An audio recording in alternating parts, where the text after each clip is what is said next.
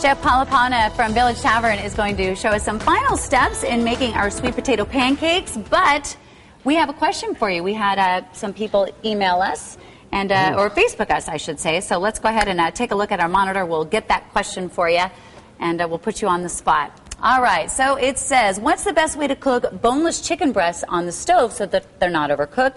I use fresh ones, and they don't take as long to cook. And that's from Cecilia. Thanks, Cecilia. What do you think? Oh, that's a wonderful question. One thing about it is the stovetop is a difficult one to cook chicken because you're really going to have to take your time with it. Okay. You know, you really want to go with the lower heat, and the reason being, if you are cooking on a stovetop, it's going to sear the outside of it.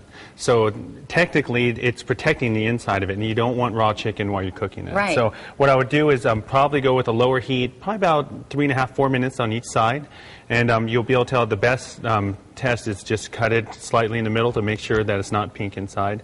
And you know, I believe there's kind of some question out there, if you use frozen chicken versus fresh chicken. Fresh chicken, you know, it's actually a little bit on the thinner side normally because the perception is if you put chicken in the freezer, the water inside the chicken freezes, so it expands. So you're going to get thicker chicken right off the bat when you use frozen chicken.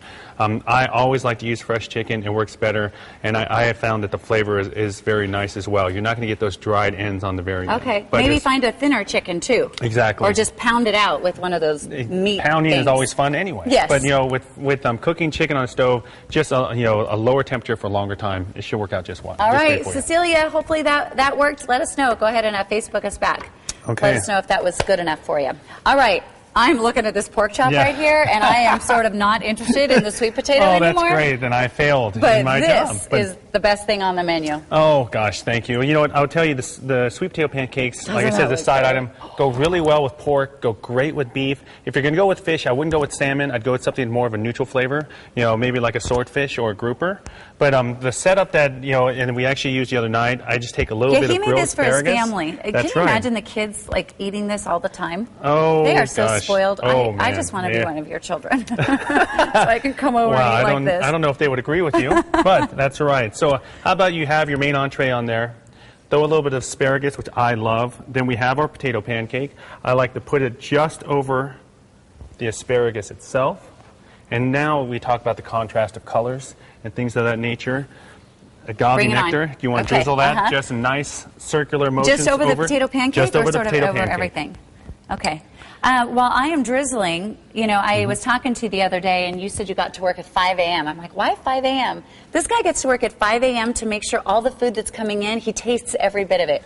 Oh, well, you know. I'm sorry, but I think that's awesome. It's a luxury that you have of the job, truthfully. So to be there at 5 o'clock and taste all the food and make sure it looks pretty. And you beat the traffic. That's true. very nice. That's true. So you have a little bit of agave nectar. Just a nice Sorry, little a lot of agave nectar. I just got a little carried away. That's all right. You're going to have to eat every potato pancake, though. No, I'm going to eat this whole.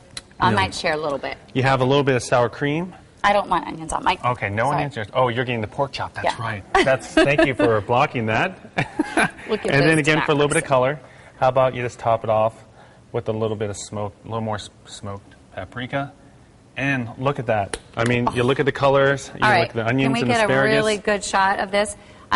What is the sauce on this pork chop? That's a maple glaze. Oh gosh. So you do like that pork chop. I like sweets. Like this is going to be the perfect meal. What do you have coming up at the restaurant? Well, you know what? It's been so popular. We moved live entertainment to every Tuesday versus the second and fourth Tuesday. So that has been great. You know, business has been very, very good. You know, it's all because of us, right? Yes. You know, that's exactly what it's about. But you know, and at this time we have a lot of winter visitors, but we have a wonderful area that where it's located in. We have wonderful clientele that come in. And, you know, I'm getting nervous at this point. Hopefully it tastes okay. I'm sure it's going to taste fabulous. But, you know, the live music's more of a reward for all of our guests that come in. But, you know, again, you have that contrast of flavors. You have something sweet with the smokiness of the paprika. And then when you dive into the pork chop or your prime rib or your filet, and we serve all of these at the Village Tavern. The smoked paprika, it's reminding me of something, but I don't. Oh, ribs.